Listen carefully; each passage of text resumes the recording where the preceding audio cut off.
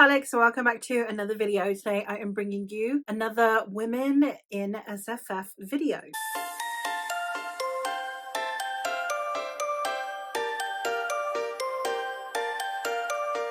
Today, we're going to be talking about women writing in dark fantasy. Dark fantasy is a male-dominated space especially, and it is one that has also sometimes become a little bit of a safe haven for it to be unsafe for women. It has become a place where men can almost write what they wish under the guise of it's dark fantasy, and therefore you're just being sensitive. And I would like to let you all know that we can read some dark fantasy too, and it doesn't need to be traumatic and triggering for us all of the time. So I have some here, and I will advise beforehand to please check all content warnings for all of these books. All of them have difficult and harrowing topics. Now, I personally have found that the difficult and harrowing topics mentioned in these books are handled in a way that is not solely for shock value most of the time, and they are there to provide some kind of conversation, and it is not explicitly and exclusively throwing women under the bus in these books. But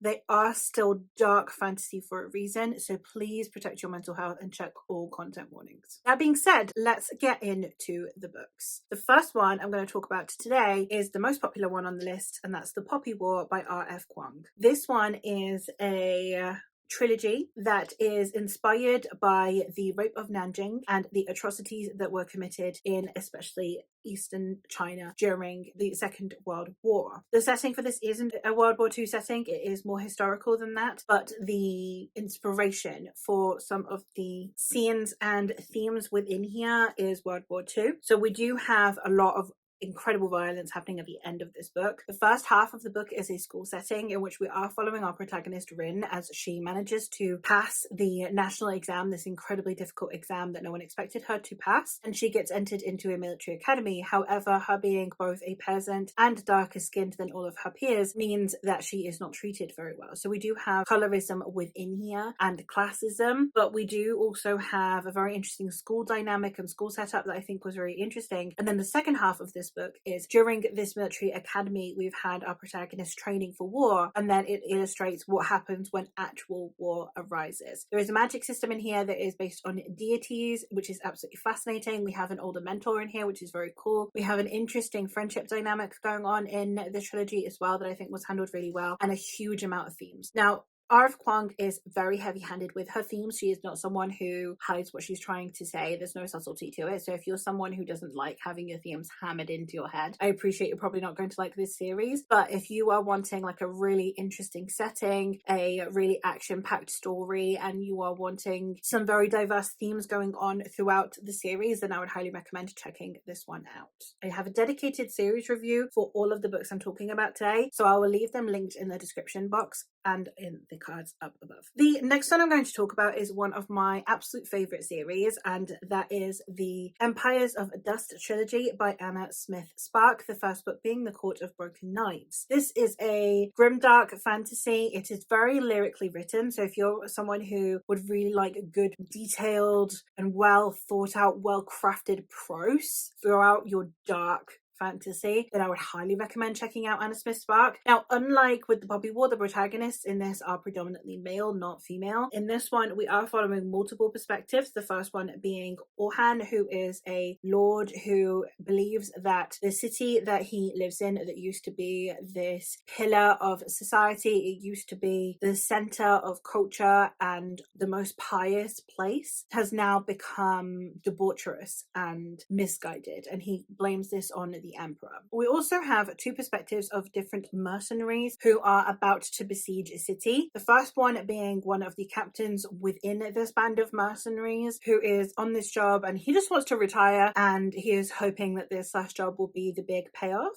We're also following a new recruit who is a young man who has just joined, and he seems to know an awful lot about the magic and swordcraft and the politics of this world for one so young, assuming therefore that he is probably probably not what he seems. And the last perspective that we get is that of a young woman who is the priestess in this city's temple. She has never really been outside of the temple before. However, she is expected to be able to hear out these people's problems and bring them peace and serenity, while she has no idea what their lives are truly like.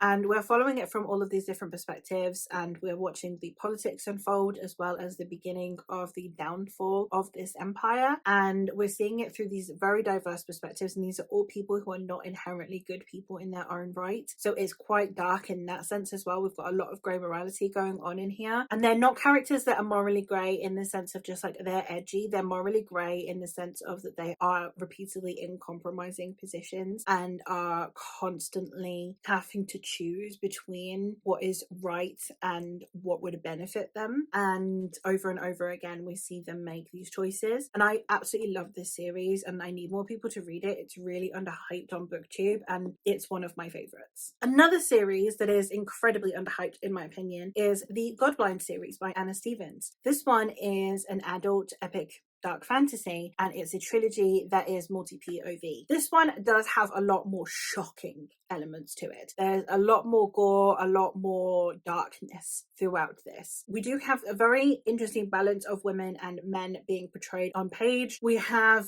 a interesting political dynamic going on here. We are in this kingdom of Rilpor, which neighbors with this other kingdom called Myrces. And Rilpor has been relatively at peace, and there is a tenuous peace between the two kingdoms for a while. However, the king has fallen into disarray following the death of his wife and has now not been ruling very well. So now Myrces is seeing this as an opportunity to go and take over Rilpor. So it is a war between these two countries who have opposing belief systems. The Rilporians believe in these nature gods known as the Dancer and the Fox god. The Fox god being a trickster god and the Dancer being somewhat a Mother Earth deity. They have not been seen for a long time. However, the Myrcians believe in the warrior king and dark lady, which is more blood sacrifices and about pain and suffering to enhance yourself and to ingratiate yourself with these gods. So the Myrces are going to try and take over Rilpor, and it's how the war happens between the two and all of the individuals that get roped in along the way. I love this series. It's definitely one that I don't talk about enough, and it's got such an incredible world building to it, and I really love the characters, and loads of it has stayed in my head. I really do enjoy the different POVs. We get quite a few POVs as well. We get two perspectives from the inside of the Myrces side, and then we get some perspectives of those on the inside of the Rilpor side, and then people who are on the outskirts. So they're part of the kingdom of Rilpor, but they're not actually part privy to any of the political side of it. They just live on bordering countryside. Loads of different angles and perspectives that I thought were really well handled. Like I said, there's a lot of shock value in here, and there is a lot of darkness, kind of almost for the sake of darkness, but I think it really does add to the world, and it's not done in a way that I found particularly distasteful, just a lot. And I really do enjoy this series, and I need to talk about it more. The fourth one I'm going to talk about is my, at least to date, favorite self-pub series, and that is the Buckley trilogy by C.M. Curley. I love this series so much, and it's got so many dark things in it. Like, one of the creepiest, most devastatingly disgusting scenes I think I've ever read was either at the end of this one or the beginning. No, I'm sure it's the beginning of the second one. So we've got some really dark elements in here, but this is mostly a political fantasy, but we do have a lot of pain and suffering going on in here. So again, check content warnings. The author is also more than happy to provide content warnings, so I can go ahead and ask if you need them. This one is a trilogy in which we are following two brothers, Brennan and Callum. Brennan is the older brother and Callum is the younger, and following unfortunate circumstances, they are forced to flee their village and they go live in this larger town. However, Callum's powers are beginning to progress, and he is incapable of hiding them, meaning that they have decided they're going to instead go and move to the capital city, where it's much harder to be identified and it's easier to hide when there's so many people. We are following them as they then capture the interest of Prince Oren, who believes that they are part of a prophecy that will help him save his kingdom from the brink of war. We've got a huge amount of world building in this series for how they're not actually that long. There's so much world building that goes into these. There's a whole mythology around it, and I love the writing style in here. It was just so compulsively readable, and for the most part I really enjoyed the way that the story is told as much as the actual story itself. While it's not one that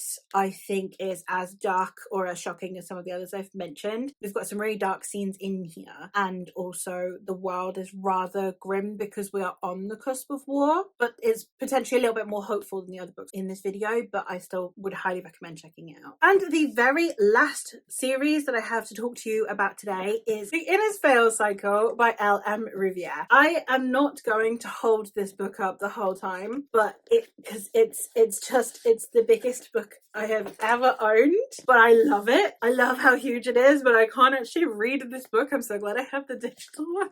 I didn't check the size when I bought this, but I love it. The first book being The Sons of Mill. This is, again, a very heavily political fantasy. We have come to the end of a war that has been going on for over 100 years, and the peace is very tenuous. So when one of the mercenaries is lured into a blasphemous crime of killing the white stag, he is cast out with a price on his head. So he is content to go just live away his days drinking in a bar until one day he happens to save the life of a priestess who happens to be royalty, and saving her, he has accidentally brought himself back into the fray and is now making it his mission to keep her safe, and it will create political upheaval once again. This one, is again not as dark as the others, but it's got some dark moments in it, and the atmosphere of it, a lot of it is very intense. There's definitely some grey morality in there. There's political connivances that I felt that it was a little bit too dark to put on the epic fantasy video, but is the lightest one on this one, so somewhere in between dark fantasy and epic fantasy. And I found that it was just really compulsively readable. Ben Madden, the mercenary, is such an easy character to follow, as is the priestess. The world building in here is what really got me. It's such extensive world building. The way that the politics work and the machinations behind it were just really, really interesting, and I would highly recommend checking it out. I haven't heard anyone talk about it. I haven't heard anyone talk about Buckley or Innisfail on any other channels, and I need that to change. The only other place that I've ever seen either of these is when Chris from A Fictional Escapist